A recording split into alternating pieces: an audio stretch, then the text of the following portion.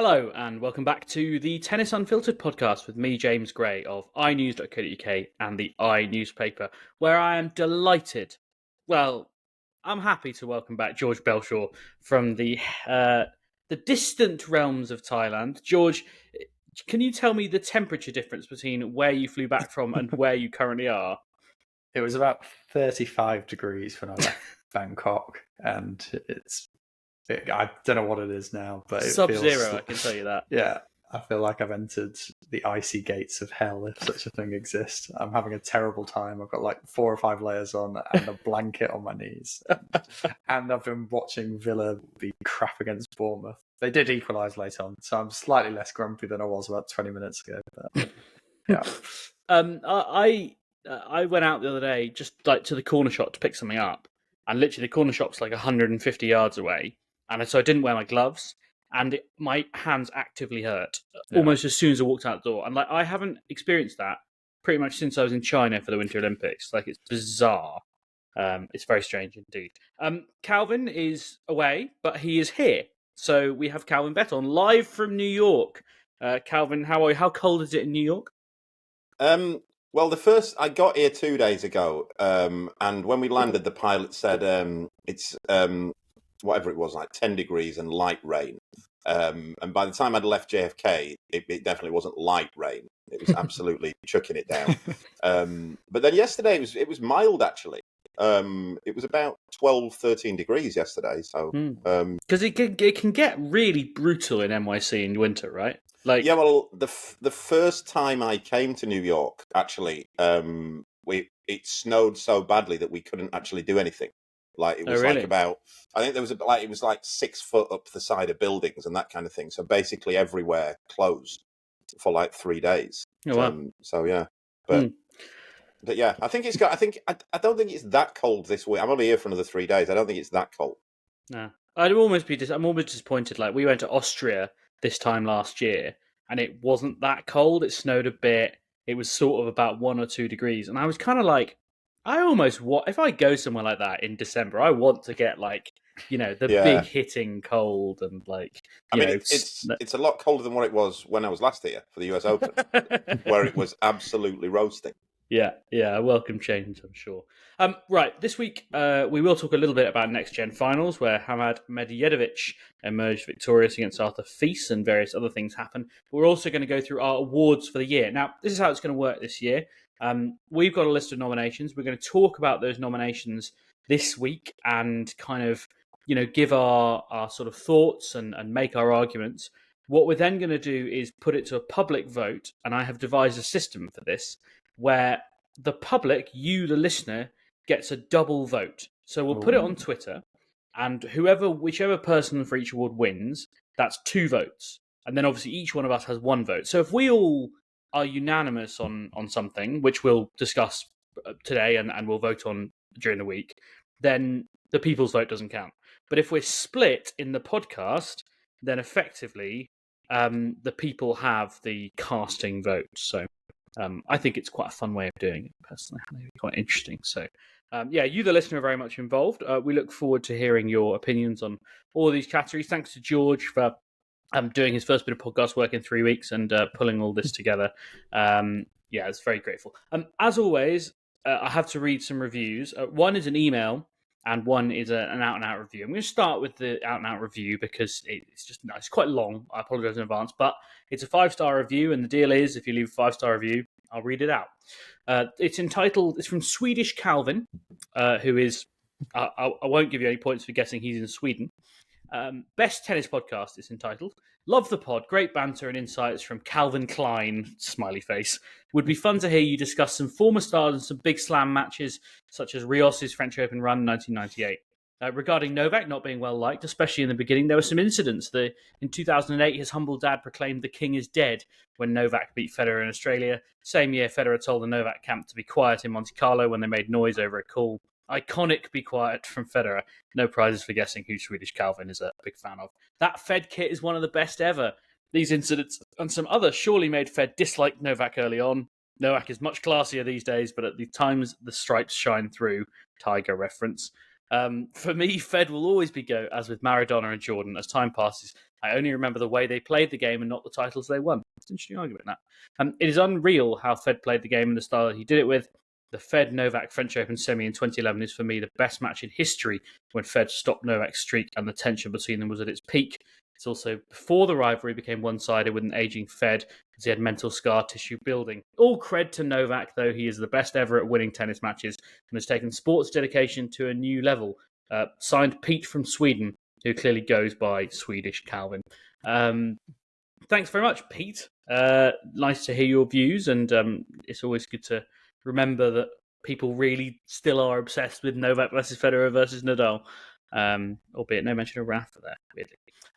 We've also had an email. I won't name the correspondent because they haven't asked me to and they haven't asked me not to, so I'll keep it anonymous for the moment. But if you want to get in touch then and make me shout you out, then so be it. Hi, James. Directed to me. It's a pod email account. I've been critical of your Tennis Unfiltered podcast previously, but started listening again, proof that people do come back, and finding it a great improvement. Your hosting skills make for enjoyable listening, especially the banter with your co-presenters. I think that's the first time anyone's ever mentioned me in a review in a positive way. One thought I had a while back was the need for a female voice, especially to provide greater insight into women's tennis, which I always felt was somewhat lacking on your podcast. Pippa Horn's recent guest involvement has been great. Yes, thanks again to Pippa, who came on while George was away. Don't usually like to be blunt, but is she or someone similar able to join more often? Perhaps replacing your current holidaying co-presenter, who hasn't added much for a while and seems to be increasingly overshadowed by Calvin. Cheers. That is brilliant. George, you've got a comeback. No, not really. I mean, I would say I'd love to know how long a while is. I can't tell how much this has been building up for. Like, have I been overshadowed the last 2 weeks, or just like? I mean, I'd say you've certainly been overshadowed the last 2 weeks. That's 100% true. But I would say, I really enjoyed listening to the podcast whilst I was away, and it's good to see the show go on. And I won't hand in my P45 just yet, and I'll wait. That's not how P45s work, George. It's lovely that you've never had to actually experience one forced upon you, but yes. And actually, you're not an employee. If HMRC are listening, we don't have employees. So that's true. Back off. I don't need auditing, especially not at the moment. Anyway, let's crack on. If you want to leave us a review, do. If you want to email us, it's tennisunfiltered@gmail.com. It is really nice. There are loads of questions in the email, and we haven't done them for a while. If we get time this week, we will. Probably what we'll do is take a whole episode next week and just answer your questions in the email inbox. So do get them coming in, and we'll try to get round them all. But we do have the small occasion to mention the Next Gen Finals, which we obviously talked about last week, although not in very much of a tennis context. Maybe we should mention the tennis this time around. Hamad Medvedev won a 5-set thriller, although obviously they're fast 4 sets, so it's not quite the same. Beating Arthur Fils in the final. He had got a walkover from Dominic Stricker in the semis, and Fils had beaten Luca Van Asch, fellow Frenchman, French tennis, flying high at the moment. Although both men had gone unbeaten in the group, so I kind of feel like that's sort of appropriate. They met in the final. Calvin, we talked a lot about the rule changes and everything last week. I said to you during the week, actually, that the 8 seconds between first and second serve is very punchy. I wonder if you liked or disliked any of the other kind of things going on. I didn't actually watch loads of it, to be honest. I saw little clips of it, and I watched a few of the matches in the groups. I did think it was like I said, I thought 8 seconds was too quick between first and second serves. I'm not a fan of sudden death juice. I'm not a fan of shortening everything, should I say. I'm not a fan of short sets and then no tie break. I think the tie break should be at 4-all, not 3-all. Mm. So I'm not a fan of like first to 4, 3-all tie break and sudden death juice as well. I just think it becomes a lot more about luck than the better player. As I've said before, that the shorter you make a match, the less. The more luck comes into it, and less likely it is that the best player will always win. I found it interesting. I'm not sure. I mean, obviously, I've watched Fast 4 before because I've watched Next Gen before, but I can't remember thinking about it in the same way this time, where it felt, and maybe it was the conditions or whatever, or the players involved, it felt like one break was kind of the set over. Like, so quickly, you'd be like 3-1. You're like, oh well, that's pretty much it.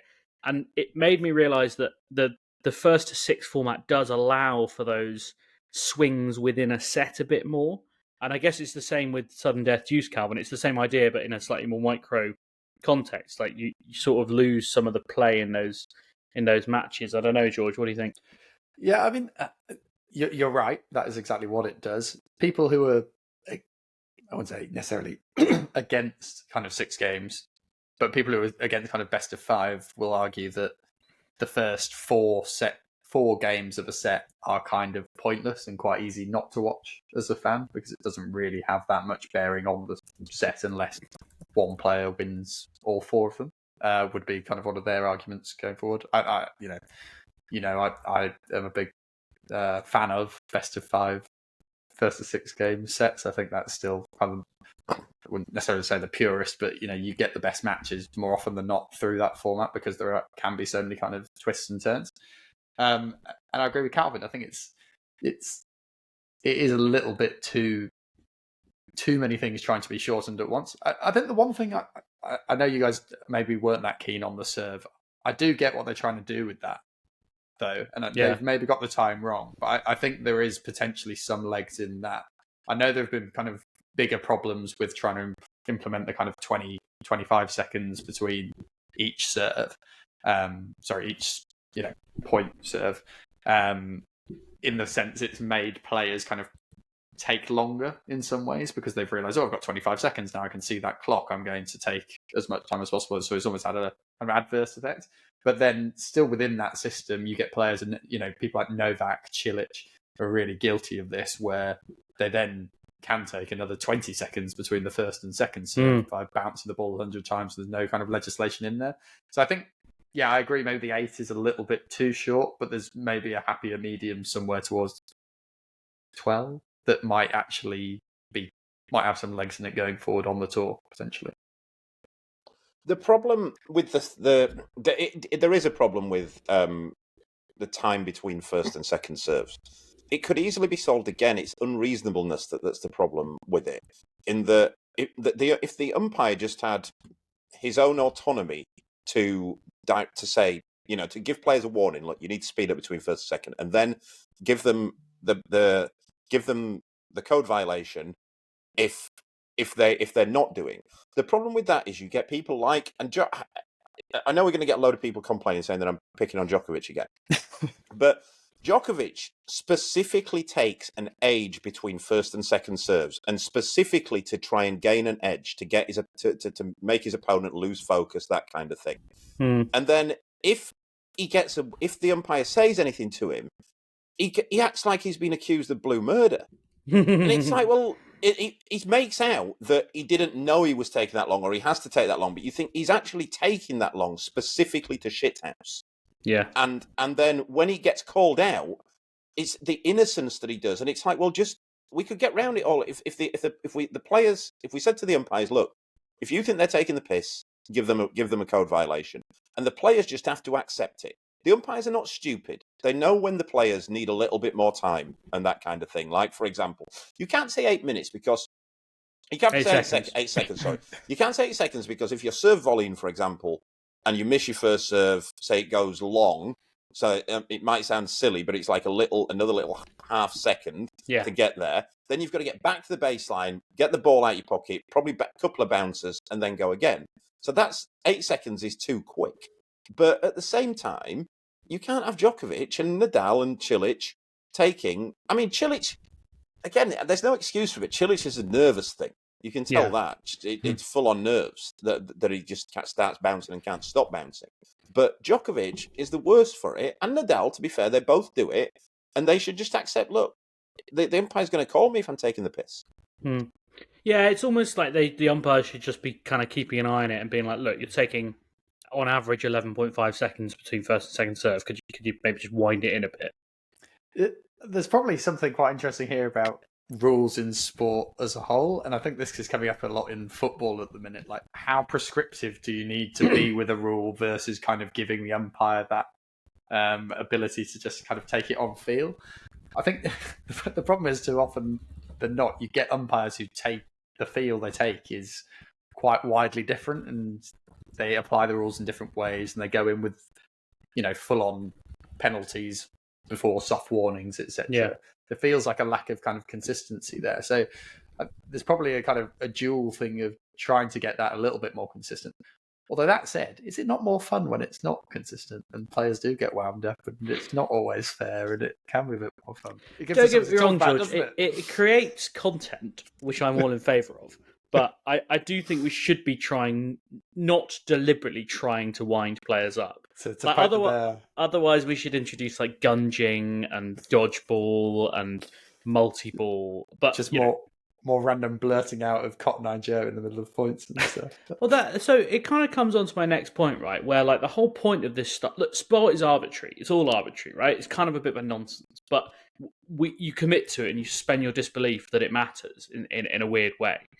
And if you start taking it to the nth degree, as you say, George, correctly, in football, then it kind of loses some of that magic, because you don't need to be pursuing absolute truth.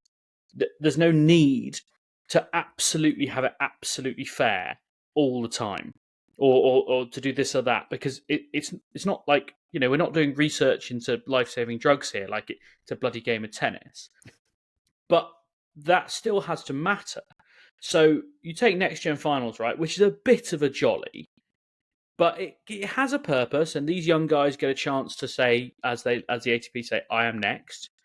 But if a tree falls in a forest and no one hears it, does it ever really fall? And if a tennis match happens in a stadium and there's no one there to watch it, does it really happen? And this is the problem. Calvin predicted it last week, and we all kind of agreed.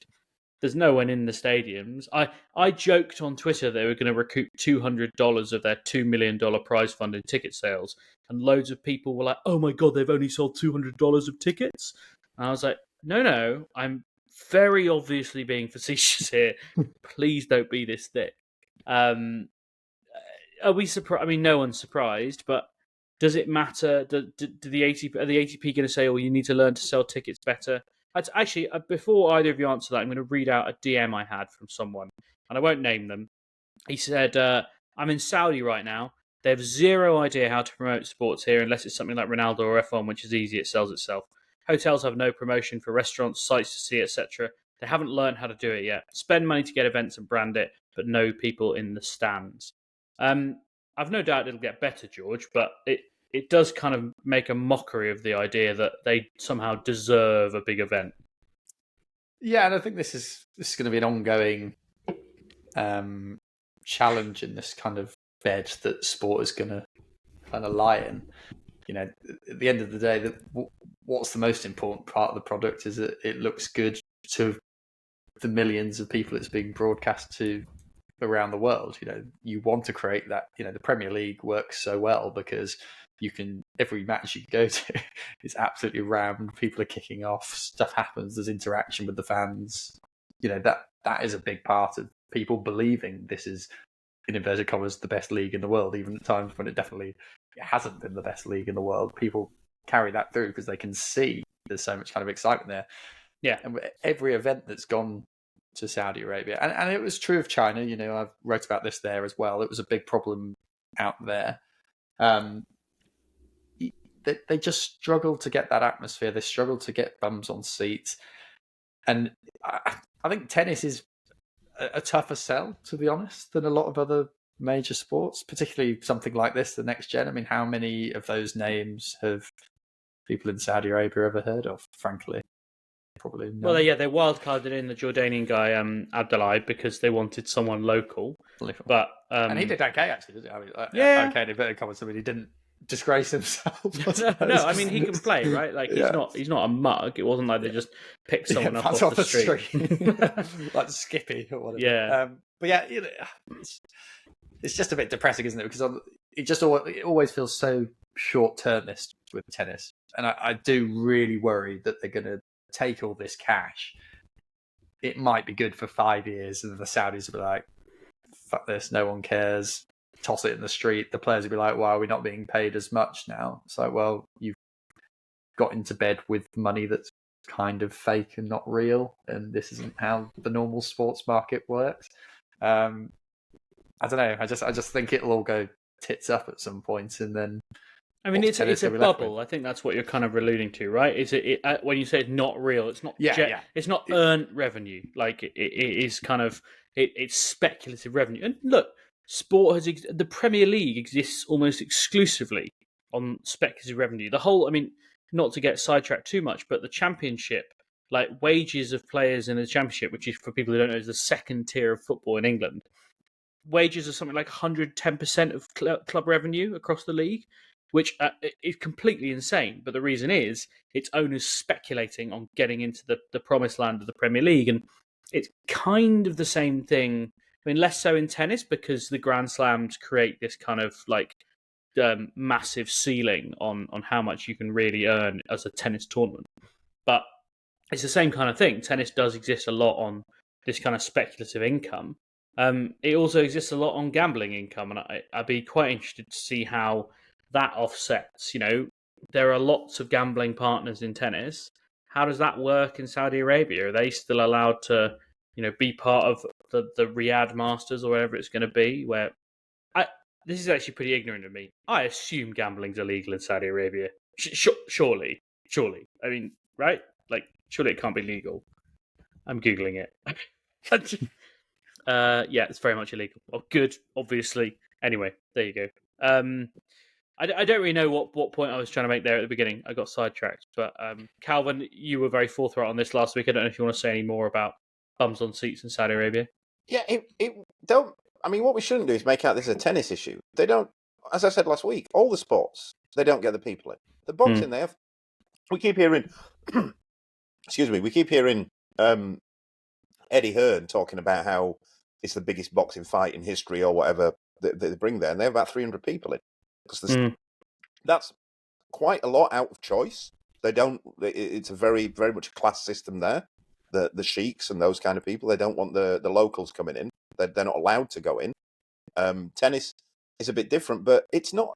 It always comes across like I'm sounding like I really hope I'm not sounding like I'm prejudiced against the people of Saudi Arabia, but they're not that interested in sport as a whole. They've got other things going on that takes precedent for them, and so just sticking events there isn't going to work. We won't if we put a Master Series in Saudi Arabia, it won't sell out. They'll get more than the next gen. They might half fill the stadiums. But is that what we're going for now? You know, on one side of things, we're talking about how we could try and get the, you know, what places should have Master Series, like Brazil should have one and Argentina should have a 500 because they're huge tennis nations where people really want to watch tennis. And then we're going, oh, you know, sod that. Let's Saudi Arabia offering a load of money for what essentially we all know will be a terrible event. And all this, I can tell you now what's going to happen as well. The players will start saying it's not a terrible event because what they will do, they'll treat the players exceptionally while they're interested in them. Because you speak now to the players, ask them what the best tournament is in the calendar. They always go in Qatar and Dubai and that kind of thing. And you know why that is? Because they give them all a brand new iPhone when they get there. The prize money's twice as much as it is for all the other 250s. The hotels are great. They take them to the best restaurants. But that's not really what sport is about, is it? It's not like, you know, the best tournament shouldn't be the one that gives you a brand new iPhone. Like that. But when it comes to voting on it, and I didn't say this last week, but I wish I had have done because I think it was pertinent. The thing what cracks me up with people and I spoke with people since I had a bit of a rant about it last week. People have come to me on social media and that kind of thing, and some of my friends have even said to me, "Well, I'll tell you what, I'd do it if they gave me the money, I'd go." Right, let me clear that up. They're not offering you the money. What the Saudi Arabian What the people who run Saudi Arabia care about is status and wealth. They don't care about you, working class, middle class, quite good at tennis, quite good at anything else type of people. You're the people whose hands they're chopping off, right? So you can forget that idea of if they offered me the money, I'd take it, because they won't ever do that. They see you as the dirt. The people who run Saudi Arabia. So look at it from that perspective, not, well, if they offered me the money, I'd take it, because that's never happening. Yeah, it's not a bad way to look at it, is it? Right, unless George, you have more to add. I think we should move on to the awards. The only thing I was going to add was who had that bloke down to win the title this week. Yeah, I mean, he can play, right? So the interesting thing about Hamad Medvedev is that Novak Djokovic has basically been like bankrolling him and like mentoring him a lot. He's paid a lot of his expenses. He's been hitting with him a fair bit. His dad did a big interview just before the Davis Cup, I think, talking about how it was surreal having these conversations with Novak about his son and, about all the different things they need to do. So credit where credit's due. Like other senior players doing that, I can't specifically remember. Like obviously Nadal has his academies and stuff. I know the Novak Tennis Center in Belgrade, I think, is shut down now. But I can't specifically remember like a player taking someone else and being like, I'm going to fund you. I feel like obviously Murray had his management thing, but I'm afraid that sort of collapsed when the IMG buyout came along. He used to manage like Harriet Dart and Paul Jarb, maybe Katie Swan as well. I think it also kind of worked. It wasn't the same as where Djokovic entirely funds that lad. Whereas Murray, I know, Murray's people were quite smart that when they went and did deals for those players on sponsorship deals and that kind of thing, I know that those players were getting overpaid compared to what they should have got, because basically Murray's agent was going in there and going, Andy thinks this player is going to be top 20 in the world. And then the companies would go, oh, shit, right, well, we better double that amount that we're paying them. So that it was a quite smart way of doing it. Yeah. But yeah, we'll obviously deal with that. And I think there are a couple of questions in that email, so we'll deal with it a bit later. Yes, congrats, Hamad Medvedev, one to watch, I think. Artur Fils, incidentally, it's kind of mad that he... So I heard it on comms, Colin Fleming was saying he's never played an Australian Open, Artur Fils, which is quite weird, given that he's like, I think he's 40 in the world, maybe. 36 in the world he is. Yeah. It'd be interesting because there obviously have been a lot of winners of this tournament who have gone on to become top 10 players. Yannick Sinner. Yeah. Sinner. Did Alcaraz win it? I can't remember. Or did Alcaraz he did play it. I'm trying to remember. I think he won it. Didn't he beat... did he not play the same year as Chung, quite weirdly? I feel like I saw there were at least 3 who have done it before. But anyway, look, even if it doesn't feel like the most important tournament at the time, it has laid the ground for some decent careers. Chung obviously being a bit of an exception where it kind of went quite badly wrong after that. But it's a good event. I like it. I think it's a good thing that exists, and it, not everything has to be the Grand Slam final. Alcaraz did win 2021 Next Gen. He dropped one set. He beat Nakashima, Cherundolo, Runa, Baez, and Korda. So that's actually a pretty good, I think that's a pretty good one, isn't it? It'd be interesting to go back through all the fields and kind of plot who is where now and whether there's any other kind of correlation of interest. I did look at one, and there was a guy I had never heard of in it. He's now 25. His name's Liam Caruana. I can't quite remember which year. 2018, he got the wild card. And I had never heard of him before or since, quite frankly. There you go. Right, let's move on to our awards, because this is going to be a long episode if we don't. We will start at the top with our Player of the Year. We're going to do an ATP and a WTA Player of the Year. We'll start with the WTA, why not? Our nominations, well, we've got 5. We'll have to condense that down to 4 for Twitter. Iga Świątek, Aryna Sabalenka, Marketa Vondrousova, Coco Gauff, and Elena Rybakina. George, you obviously put that list together. I mean, anyone particularly unlucky not to get into that list? I don't think so. I think we've covered the slam winners there, haven't we? I kind of added Rybakina in as a 5th because I just don't think Vondrousova's had that good a year, to be honest. I know winning Wimbledon's obviously an incredible achievement, but if you look at the rest of the year, I'm just, it's not done much, actually. So, no, I mean... And that's where you're kind of balancing the highs of 2 weeks versus, someone who... Okay, Rybakina hasn't been as perfectly consistent as she could be, but, she's ended up 3 in the world, I think, or 4. So, yeah. I thought I'd put her in, but neither of those two deserve to win. It's really between. Well, I think it should be between Swiatek and Sabalenka, and I think given Swiatek's nicked number one, she should get it. I mean, she's had the most titles, the most finals, the most prize money, the most points. Like, it's pretty hard not to pick Iga Swiatek, isn't it? Like, I'm kind of struggling to make an argument for Arina Sabalenka. The only thing you can really do is like compare it to expectations. Like, Arina Sabalenka had career best results at all 4 slams, like winning the Australian Open, making the US Open final, semis at the French and Wimbledon. I know she'd been to Wimbledon semis before. So in terms of compared to our expectations of her, I think Sabalenka's had a better year than Swiatek because we just come to kind of expect this kind of stuff from Swiatek.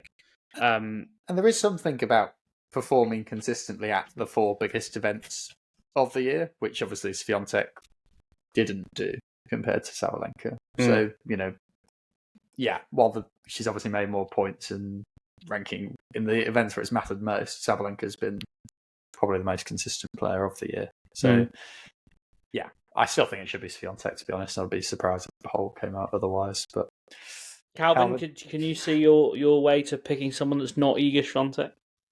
I think there's an argument for Sabalenka, for sure. But I don't think anybody can look beyond those two. But I think it's pretty close, Swiatek and Sabalenka, I'd say. Let's move on to ATP Player of the Year. We're not going to take our vote now, just in case you were expecting me to put my money where my mouth is, because that would influence the poll, which is fine. We're kind of here to influence the poll, but it's important that we conduct these things in a correct manner. There's a lot of big elections coming up next year. We need to do things the right way. We will put these on Twitter over the next couple of days, and you can have your part, and then we'll reveal the results in next week's podcast. ATP Player of the Year, Novak Djokovic. Yeah, that's the shortlist. No, I mean, we have tried to make it longer than that. Carlos Alcaraz, Daniil Medvedev, and Yannick Sinner. Before anyone says anything, I'm going to point out Novak Djokovic lost one Grand Slam match this year. Yeah. I mean... It's Djokovic. It's Djokovic. That's not an ATP Tour event, though, so can't count. But yes, when I say ATP Player of the Year, I mean it's like men's Player of the Year. It's probably it's Djokovic by a mile. There's no argument on that. Like you say, he lost one final and he lost one match. That was a final. He missed one volley. Yeah, that's basically it. Like he just missed that volley, and like it was actually Mike Dixon's column this week that he's often put it that way. He's just like Novak Djokovic was one quite easy volley away from like serious bit of history. I don't know about that. That would only put him one break up in the 5th. Like they put him a break up at 1-1. Like I don't think that's like definitely over because but it doesn't always work like that. The situations change other situations, but Alcaraz did break Djokovic, so you could have said it would just have put the 5th set back on serve.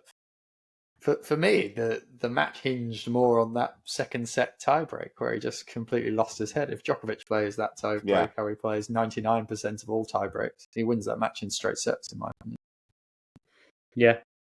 He has a tendency, because I don't know whether people... I've always said with Djokovic, I think he's the best match player of any sport ever. In terms of the big match player against his strongest rivals, no one else in any other sport really compares, to be honest. But I retweeted a video of Pete Sampras the other day. I don't know whether people saw it, but he was playing Agassi, and Sampras is right there in terms of match player. But what Sampras would never do, he would never go crazy like Djokovic does. Like that when George there's talking about that tiebreak that he played was just mental for somebody who you would say is like, if that was the tiebreak of like a sort of somebody who'd never played a big match before and they just went to pieces. Sampras wouldn't ever do what Djokovic did in the US Open against Medvedev when he completely choked and started crying on the court and that kind of thing. You had to, if you beat Sampras, you had to play a better match than him. Whereas Djokovic, for as brilliant a match player as he is, he has these once, twice a year things where he just goes nuts. Yeah. And he just has to hope that it doesn't happen at the worst moment, which in this case it did. We're really risking going off on a tangent here, and I apologise, but while I was away, I saw a really good video of Pete Sampras playing Boris Becker at one of the ATP finals. Yeah. And some of the shots in that were just absolutely crazy. I forgot how good that jump Sampras smash was. Where's that gone? Why is no one doing that? It's so cool. This is the thing, though. If anybody goes on my Twitter, if you've not seen it, then go and have a look at that video, because the impression you get, that was probably, I don't know what year it was. I think it was maybe 99, so 26 years ago. But the idea that players now, or tennis players are now just much better athletes, doesn't hold up when you look at that. You look at how fast around the court Sampras was. The bounce smash, like George is saying there, he's going up like an NBA player. The time he's getting off the ground. If you put Pete Sampras athletically into the game right now, he would be still the best athlete in the game, in my opinion. You could compare it with Djokovic. It's a different type of athleticism. Djokovic is more flexible, Sampras more explosive in terms of that kind of thing. But Sampras was by far the best athlete in the world when he was playing. The only thing, in fact, his serve, I said this in a debate with a few of the coaches last year, Sampras's serve would still be the best serve in the world by a mile right now. Ground is, I'm not sure, would hold up. But his serve, his ability to hit spots at speed under pressure consistently was second to none. Well, George, we did get torn off on a tangent, so I blame you entirely for that. But you baited Calvin's Pete Sampras hard on and successfully got something out of him. So, well done. Young Player of the Year, 21. So ATP and WTA, the Player of the Year is the only one we're doing for individual tours. Everything else is a joint venture. Young Player of the Year, 21 or under, at some point in the season. Yeah, I've taken it kind of the kind of England under 21s or the international under 21s. So what you mean is 21 at some under point 21 at the year. Start of the season.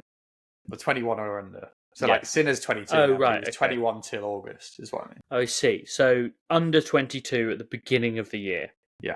The use of the phrase "at some point in the year" with reference to age is one of the most moronic things I've read in the last week, because age is a linear function. This is completely ridiculous.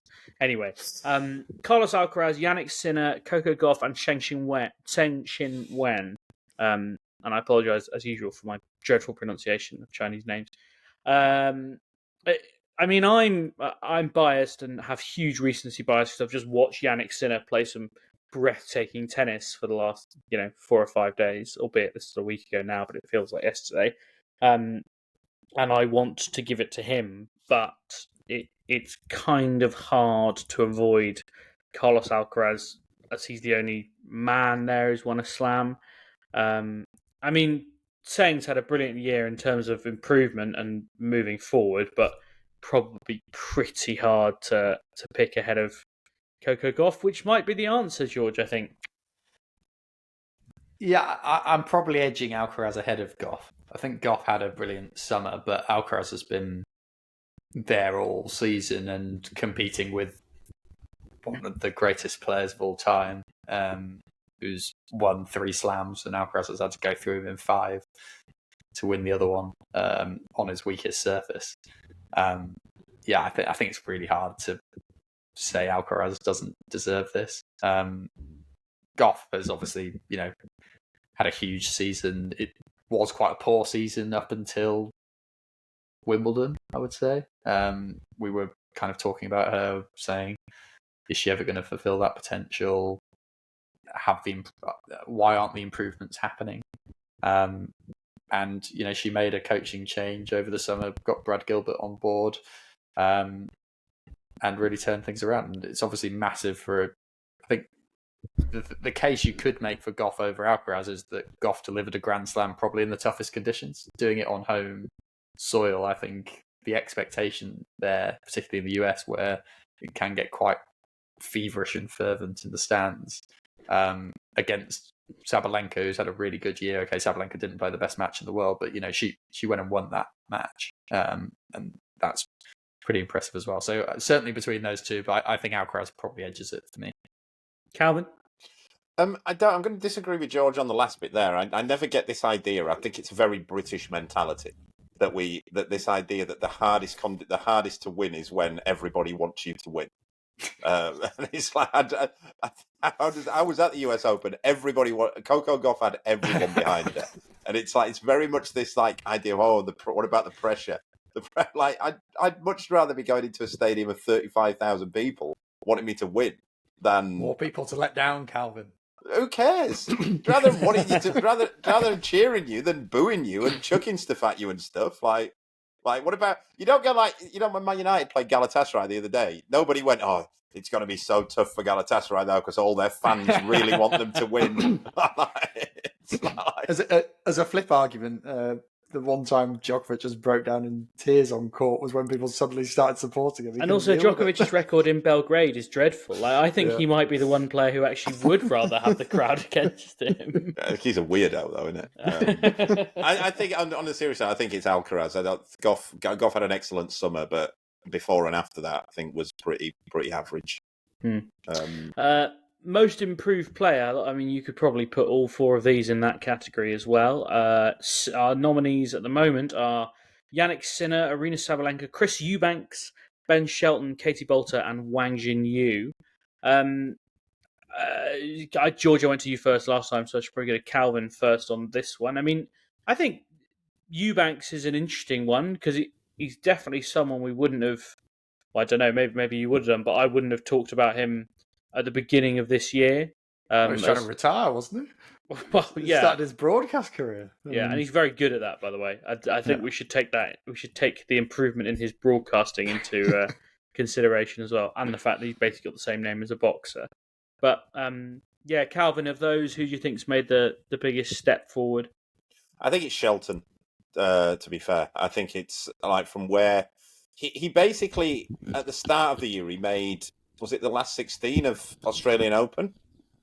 Yeah, he was in that All-American bit, wasn't he? So I got a bit confused. But then that kind of overranked him because he didn't actually beat anybody who was all that great to do that. And then he struggled and he wasn't up to much. But I think in the sort of second half of the year, there's been a massive improvement. I think he's legitimately one of the top 30 players in the world now, where I don't think he was when he initially was ranked inside the top 30 in the world. Eubanks, I think, definite improvement there. I think it's between those two. Sinner, I don't really get the Sinner one because he's been very, very, very good. He's been a legitimate top 10 in the world player. I think he's just in the last couple of weeks, really. It's only really because he beat Djokovic and made the final in Turin. I think that we've kind of started seeing him as, I don't know. I still think he's kind of where he was. I think he's kind of been one of the top 5 players. I mean, I included him. I actually think there's quite a compelling case for both him and Sabalenka in the sense that I think it's just harder to make those gains kind of right at the top. And, Sinner wasn't top 4 at the start of the season. He wasn't someone at the beginning of the year we would definitely say, he's comfortably the 4th best player in the world. Or, I heard you guys say last week, you view it now as a big 3 plus Medvedev, which, to me signifies quite a big change in mentality. And I think, he really struggled in that match with Medvedev prior to this year and seems to have now got kind of on top of that rivalry. He's still pushing Alcaraz really hard. He's cracked the nut against Djokovic, but he has also just become a bit more consistent, I think, throughout the year. So I think there's a decent case there. And similarly, Sabalenka, again, she's someone who's been top 10 for the last, 8 years, maybe 5, 6, 7, 8 years. And we've thought, can she go over the line in the Grand Slam? Can she be that consistent? Well, she's gone and made at least semis of all 4 Grand Slams and won the first one. And we're talking about her for Player of the Year against someone who's been comfortably the best player in the world for the last couple of years. So, I think, again, that gain she's made this year has been quite remarkable, and it's harder to kind of make those gains. But I don't think any of those 4 would be a bad winner. Like Eubanks, in terms of where someone's career was versus where it ended up this season, you've got someone who was basically hanging up his racket, looking to a new career, and then getting to the quarterfinals of Wimbledon, beating Stefanos Tsitsipas on the way. I mean, that's not a bad bit of improvement, is it, really? So maybe we should mention her because she's British, George, but Katie Boulter is now the world number 55, and at the beginning of the year was world number 124, having never made it higher than exactly 100 in the world. Yeah. I mean, I guess it's worth mentioning. I don't think you could argue against... I wouldn't argue her against anyone else on the list. But what I would say, I think the thing is with her is I think she should have been that ranking anyway. I wouldn't necessarily think she's improved per se. It's more, she's improved her ranking greatly, but has her game really evolved that much? She's always been a good heavy striking player who can have big match wins. It's been a case of, can she get on the court consistently enough to have, good runs of matches to get that consistency going? So I think obviously she has improved her ranking and she's had a good season, but I don't, compared to the other ones, she doesn't feel like she's necessarily elevated as much. I don't really know how she's 55 in the world. She's won 4 matches at Grand Slams this year, which I guess, 2/3 rounds gets you probably halfway there. And she's obviously won a title on the grass. But she's really done very little else at big point tournaments, which has two sides to the coin, right? Because one is she's done well in a couple of tournaments. The other side is a lot of room there.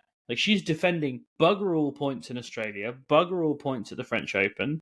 But there's an opportunity there potentially. I mean, there's always opportunities in the WTA, Calvin, but there feels like one for her. I think one of the big factors with Katie is that she hasn't been injured, whereas she normally gets injured, and she's played pretty much a full year. Mm. The flip side of it is that when you look at the players who she's beaten, I don't know what if there was any more at the end of the year, but I think she's only beaten 3 players in the top 100 or something, or when she played them. Mm. And I know that again, up until a few weeks ago, Jodie Burridge had beaten 3 times. I think Jodie Burridge had beaten 9 players in the top 100, and Katie had only beaten 3 players in the top 100 at that time, which was about maybe 3 or 4 weeks ago when I was told that. So that's going to be another, the flip side of that. What we're talking about is she's obviously had some pretty tasty draws. You've still got to beat the players, and she's a very good player, is Katie. But if the draws go the other way and you start getting some absolute stinkers early on, there's not a great deal of evidence there that Katie is going to go and beat the best players in the world, which will be required consistently to get higher than 55 or whatever she is. Yeah. 5 top 100 wins this year for Katie Boulter from 16 attempts. That's very, very, very low for somebody who's ranked 50. Yeah, you'd expect it higher. To only have, being that you're playing players in the top 100, regularly, that's all you'd hope to be. Yeah. That's very low. Anyway, we'll see if she makes the shortlist on Twitter. On to Doubles Team of the Year, in which we have 8 nominations that we're going to have to whittle down, 4 WTA and 4 ATP. Gauff, Pegula, Ziegmans, Zvonareva, Krejcikova, Siniakova, Stormhunter and Mertens, Salisbury and Ram, Dodig and Kraijcek, Molteni Gonzalez, and Koolhof and Skupski, RIP, a couple of those combinations, obviously, as Harry Heliovara's blog tells us.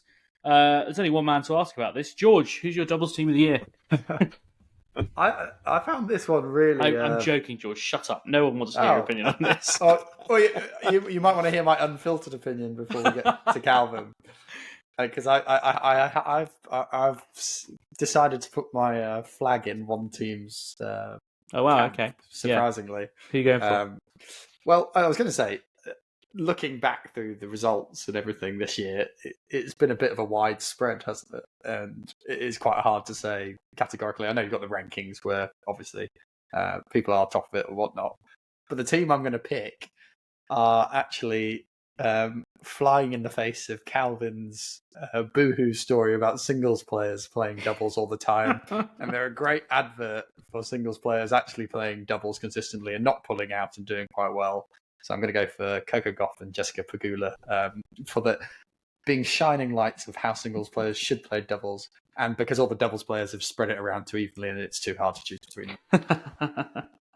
Calvin, I'm sure you'd applaud two similarly ranked male singles players pulling their finger out and playing some serious doubles. I'd have no problem with it. That's what you would hope would happen, but the male players don't do that. I don't think they'd be as successful either as Gauff and Pegula have been.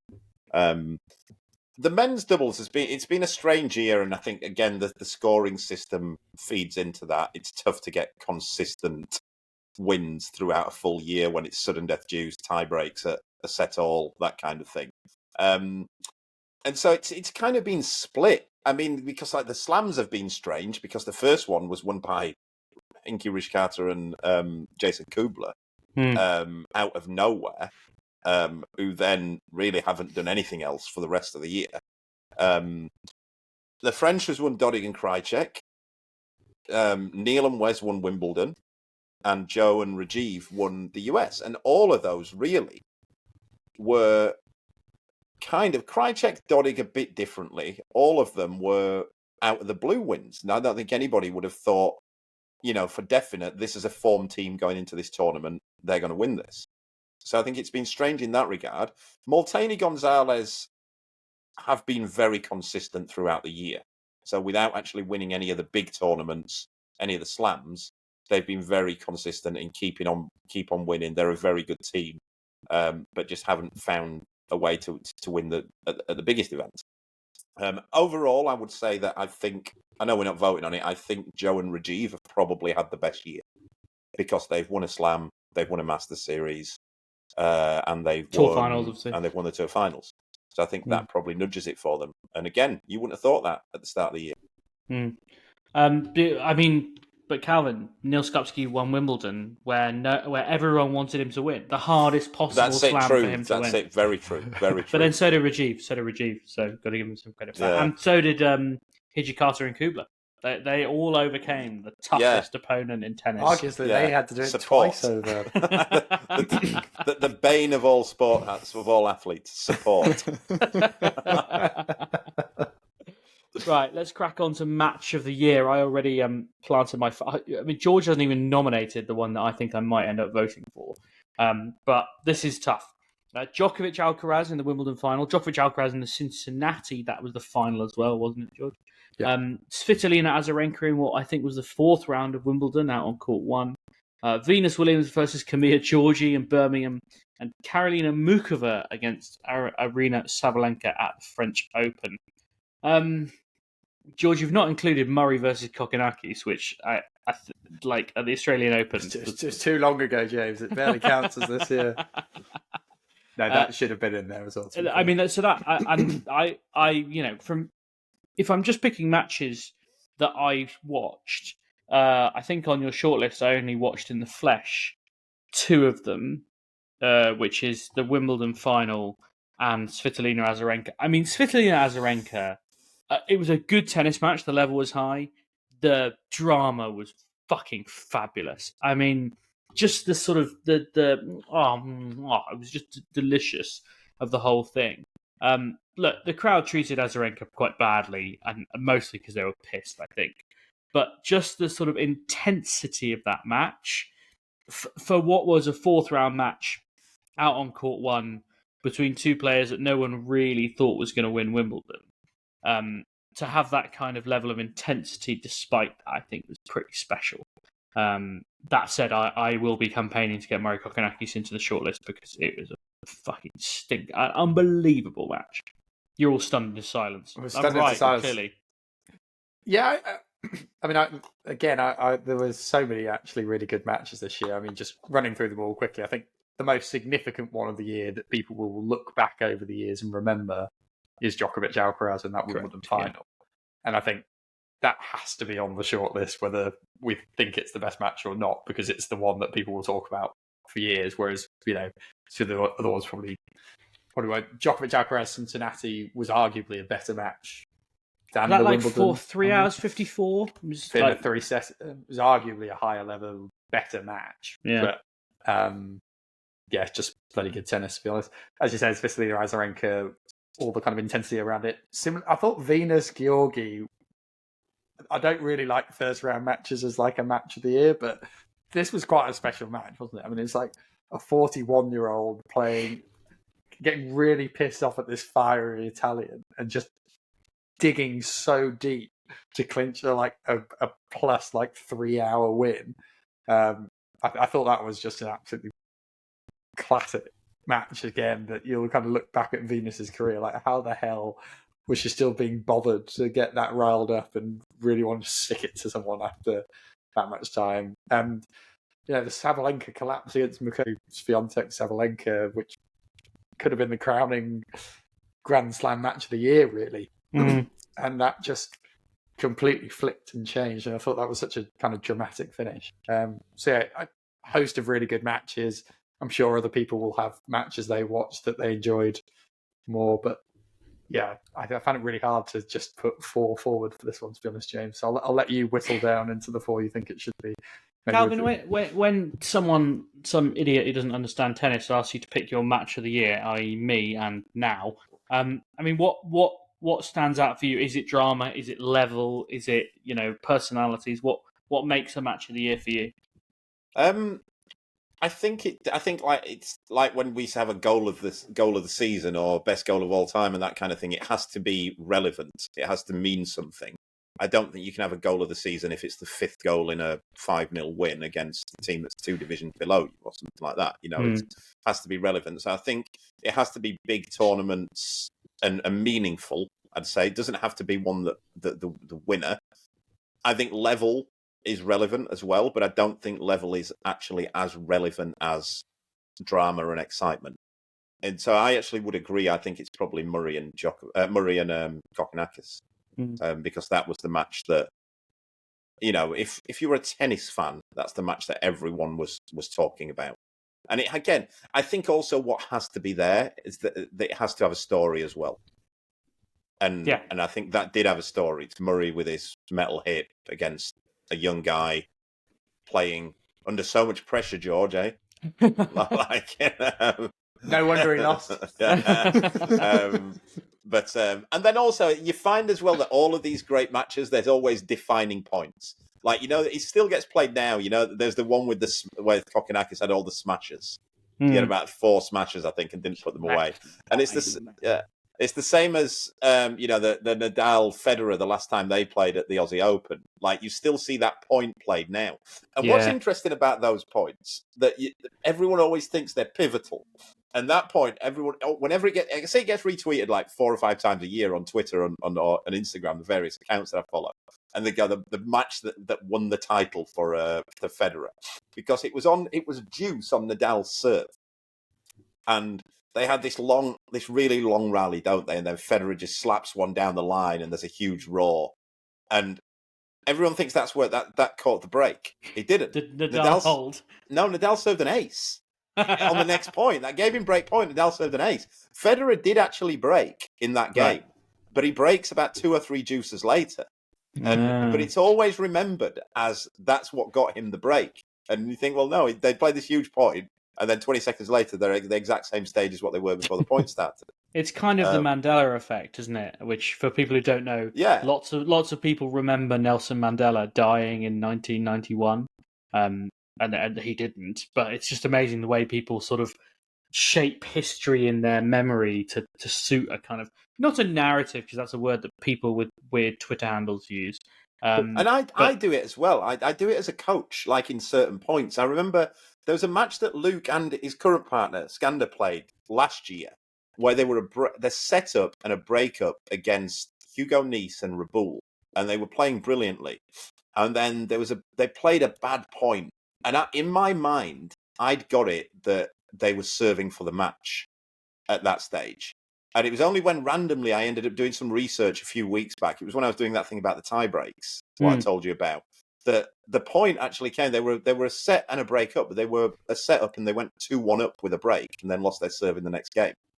So in my mind, like as history's gone on, I've got it that they definitely were on the verge of winning that match. They were. Yeah. They were just ahead in it. Right, let's move on. I mean, I'm going to skip over best moment of the year because it kind of encompasses lots of the stuff we've talked about. Alcaraz winning Wimbledon, Sinner downing Djokovic en route to Davis Cup glory, Coco Gauff winning the US, Svitolina's Wimbledon run, and Eubanks reaching the Wimbledon quarterfinal. I'm going to move on because we've talked about match of the year. It's quite similar to worst moment of the year. So many candidates for this. I would argue, for me, Murray-Kokkinakis might be the worst moment of the year when I left the Australian Open site at 5:45, came home, did a podcast with you chaps, and then got to bed at about 7:45 in the morning. Worst moments of the year nominees. Nadal failing to make the French Open. Players coming out in support of Saudi Arabia. Sorry, my dog's just walked in with a pair of earmuffs. And he won't give them back. They're not my earmuffs. Right, okay. And we're not doing anything about this. Players coming out in support of Saudi Arabia. WTA finals as a whole. Murray's defeat to Tsitsipas and then finding out a line call was wrong when... Was it Stu Fraser at the Times, who told him in the press conference that it was out and he didn't challenge it? I can't quite remember. Yeah. Which of those catches your eye, though? I mean, the WTA finals was just a fucking shambles, wasn't it? So I don't know if it's a moment per se, because it's quite a long moment of just consistently awful sort of organisation, and It's just not. It doesn't have to be a moment, does it? It's just biggest disappointment. well, it was half titled as worst moment of the year, right. but maybe we can recategorise it, because I was struggling to have like a sole moment rather than just some bad stuff that happened. Yeah. Yeah, what about you, Kevin? I mean, the biggest disappointment is, without a shadow of a doubt, is players coming out supporting Saudi Arabia. But I think that's kind of above and beyond tennis, I think. So I'm not going to put that, but that is by a mile the biggest disappointment. I think that if we're going to stick it with just on the tennis court, I think it's the Murray one, because I thought I think I did, and I think everyone else thought he had a real chance. Tsitsipas was in terrible form going into that match. Murray, he actually had him. He had him right there, and again, sort of succumbed to his passiveness in tactics, so that he just wouldn't hit the ball. And it's such a disappointing moment, isn't it? Because if you look at the rest of the year and how that's panned out, it just feels such a what if for him, doesn't it? Because that run really opened up.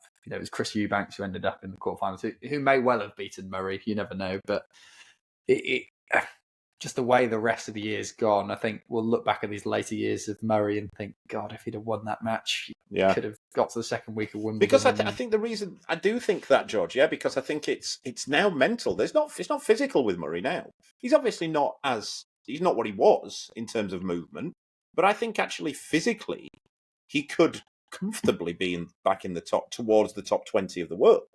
So I don't think there's any doubt about that. The problem is his refusal, consciously or subconsciously, to play in a more aggressive way. I think for me, the WTA finals is a big, yes, definitely one of the worst collective moments of the year. One that's not on there in terms of overall disappointment was Carlos Alcaraz cramping up in the French Open semi-final when the match was just boiling at such a point. It had simmered beautifully, one set all pretty much. He played one of the most incredible shots I've ever seen on a tennis court, when he running down a lob and then hitting a spin around winner, and then his whole body and it was immediately obvious that that was it. There was nothing. There was no coming back from that. And when such an amazing match was kind of beckoning, and it was also because we knew that. I'm trying to remember if he already knew he was going to play Casper Ruud in the final, but even if it was before the Ruud Zverev semi, that semi was kind of the final. So he sort of knew that the Sunday's final wasn't going to be, a big moment. It just went to pieces. It was real sad. I'm going to put another one in from personal, just because I want to mention it and it sticks out in my memory. Is walking outside Rod Laver Arena and seeing 7 or 8 thugs standing on the steps, holding a flag of Vladimir Putin's face, waving it around, singing pro-Russian songs. And like this is January when I know the war is still really bad and it's not changed, but it was really in everyone's consciousness all the time, and no one seemed able to do anything to stop them. That was pretty horrendous, if you ask me. Yeah, I'm sure some people will say Just Stop Oil invading Court 17 twice. Personally, I thought that was incredibly funny, but that's just me. Georgie, did you have something else to say? No, I mean, yeah, I was just going to say on that no power to remove it. I mean, I've seen the Aussies remove all sorts of things all over the years, and it was a bit odd that they were so willing to just let that stand for a change. Very out of character. It was. I mean, they were slow to respond. That happens, but then they didn't ban the people involved. So I asked them like multiple times. I was like, presumably you've banned them, and they were like, "Oh, the police have interviewed them and not arrested them." I don't think they were breaking any laws, but that they just refused to ban them. I have no idea why. Tennis over the last couple of years has really let itself down politically, I think. When you think about the Peng Shuai thing, which it just basically did nothing about. There was the bluff that the WTA attempted by saying that they boycotted China when there wouldn't have been any tournaments in China during that time anyway. That, what James has just mentioned, the Putin stuff, the Saudi Arabia stuff, it's just all adds up that tennis is just like, its need to sweep things under the carpet is really, really disappointing, I think, from all angles. And I don't just include the governing bodies in that. The players on Saudi Arabia have and will continue to be terrible. I mean, remember, it was like we're nearly a year ago from when Cam Norrie justified going and playing that tournament in Saudi Arabia because he thought it would set him up for a good year. Well, he was going to win the Australian Open, wasn't he? Yeah, exactly. Got close. That was my disappointing moment of the year. Can we include that Norrie didn't get over the line? Right, Coach of the Year. Calvin Betton, obviously nominated, compulsory. Brad Gilbert, Darren Cahill, Ramon Sluiter, Juan Carlos Ferrero are our four others who will win second prize, one of them behind Calvin. For me, again, there's some recency bias going on here. I think it's Darren Cahill, but that might also be because I just think he's the best coach in the world. What Brad Gilbert appears to have done with Coco Gauff is pretty impressive. You know, for someone who is clearly talented but couldn't get over the line for a reasonable long time and had a very specific problem against a specific player. You're not saying she's fixed that Swiatek thing, but she did get that win. So I think it's between those two. Ferrero, yeah, sure. But I think it's between those two, George. Yeah, I mean, I would say, the way Svitolina came back as well has been really impressive, which is why I kind of included Sluiter in there. I think he clearly got a bit of a tune out of a player who had really struggled at majors for a long time, and that may be as much just her coming back from, a long layoff. I think there will have been a lot of work that went into that probably deserves a bit of appreciation. I think it is between those two, though. Obviously, Calvin would be my number one, but I'm leaning to Brad Gilbert, I have to say. I mean, I think we all just thought Gauff was completely shot at that point, and the impact that came just from him coming into that camp, I think none of us saw coming. So for her to win a Grand Slam a few months after we were really concerned she might never actually get over the line at that stage, I think is great testament to the positive influence he had behind the scenes as much as anything. Calvin? Yeah, I think there's a shout for Gilbert. Cahill, obviously, as well, I think, towards the end of the year. But I'd say probably Gilbert because, to go from, like, Sinner, as I said, I just think Sinner's a good player, and I think Darren Cahill's a very good coach. I don't think there was anything outstanding that was done from either of them this year that we didn't expect, or that I didn't expect. Whereas Gilbert, he moved the needle, I think, with Gauff. And I always say that that's how you judge a coach. There's too many people who judge a coach as by the coach has worked with so-and-so. And that doesn't really mean anything. What you've got to look at is, did they improve that player beyond what you would deem to be par? And I think Gilbert unquestionably did. So I would say it's probably Gilbert. Yeah. Gutted for Boris Becker not getting nominated here. Thought he would be. Next year, he just didn't have enough of the season to work his magic. Well, his insight so far has been phenomenal. So some of his tweets, man. Yeah. Oh, dear. We're going to get panned for this, by the way. yeah, Sloane Stephens, Garbina Muguruza, and Emma Raducanu. I mean, can we include Garbina Muguruza? Does she like? Well, I mean, again, I was trying to come up with people who disappoint me, and to be honest, in the WTA, I don't get that disappointed by players who are playing because I kind of expect the random merry-go-round. But I just find it eternally disappointing that, and I'm sure there's other things going on, but Muguruza I would is so reticent. brilliant. Yeah, I'm sure we can't put her in, to be honest. But and similarly for Raducanu, I know she's had a lot I think of you injuries can this be year, disappointed. You can say, I'm disappointed that Garbina Muguruza isn't playing tennis. There's no blame apportioned there. It's just like, I want Garbina Muguruza. Like, I'm disappointed that, I don't know, Pete Sampras isn't still playing. But, I'm not actually expecting him to do so. So, yeah, I think it's reasonable to say you wish she were playing, and she's not. Yeah. Calvin, of that list, I mean, it's a rogues gallery. Felix, I think. Like, I think is that because our expectations of what he could do are so high? Yeah, I think so, and I think that's reasonable. Like, I think especially at the back end of last year, he had a really good Laver Cup last year, didn't he? And Davis Cup, and just to put it in a similar sort of area, the back end of his year last year was similar to what Sinner has just had. Now, I mean, he beat Djokovic at Laver Cup, that kind of thing.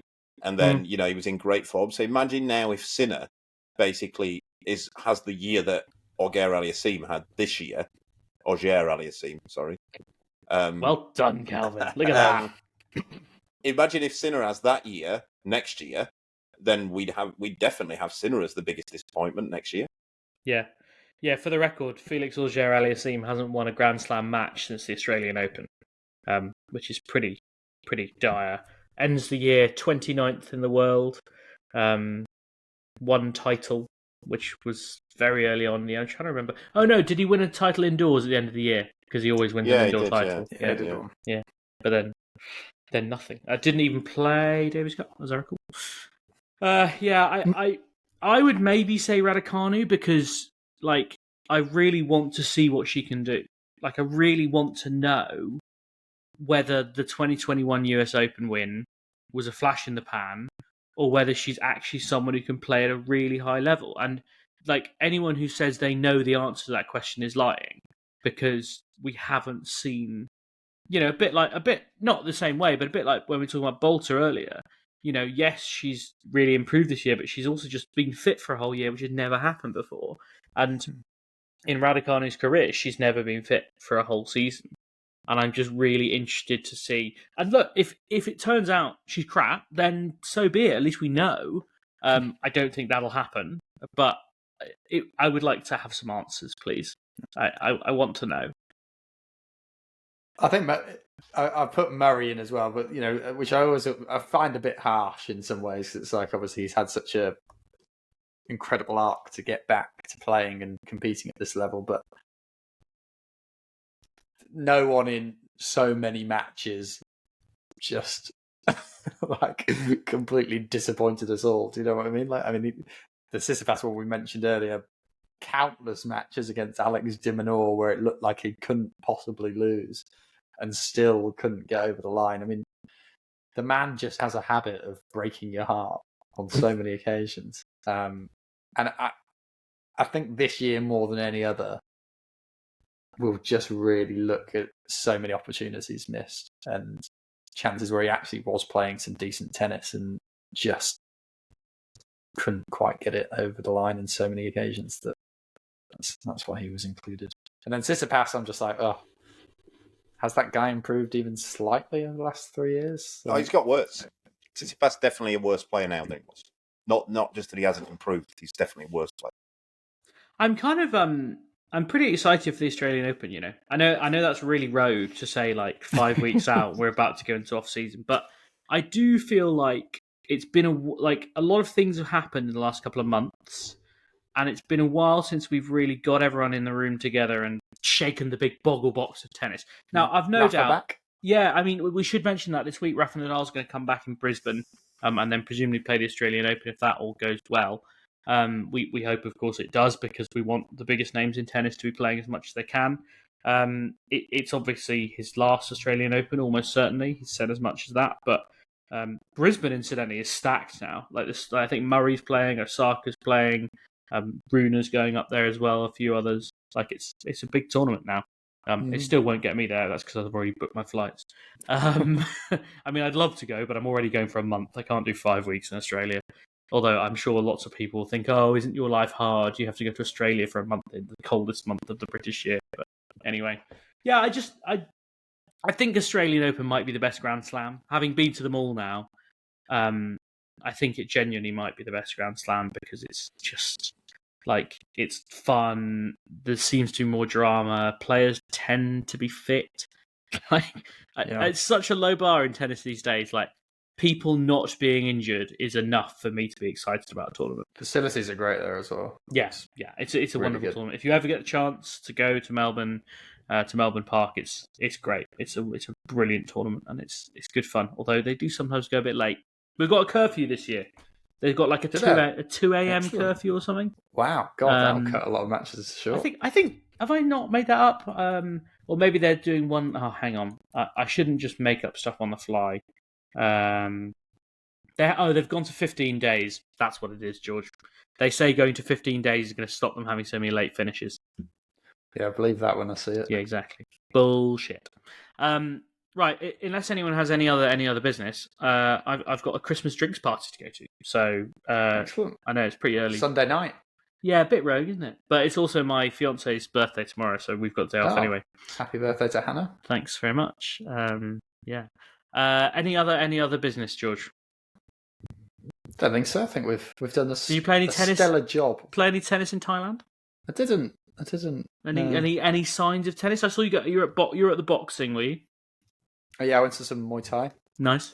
Which was very good. I think it's probably one of those things where, like, I don't know if we just got a really good line that night, but there were so many bouts that it was just like that sudden flip at the end where one guy got battered the whole time and then just like KO'd him in like the last second of the fight. I don't know if that just I would maybe think about that, George, for a few minutes and just see if you can work out why that was happening so much. Well, yeah, maybe. But it was pretty cool. And we enjoyed it. And we went in cat shirts, which was a fun addition. Why?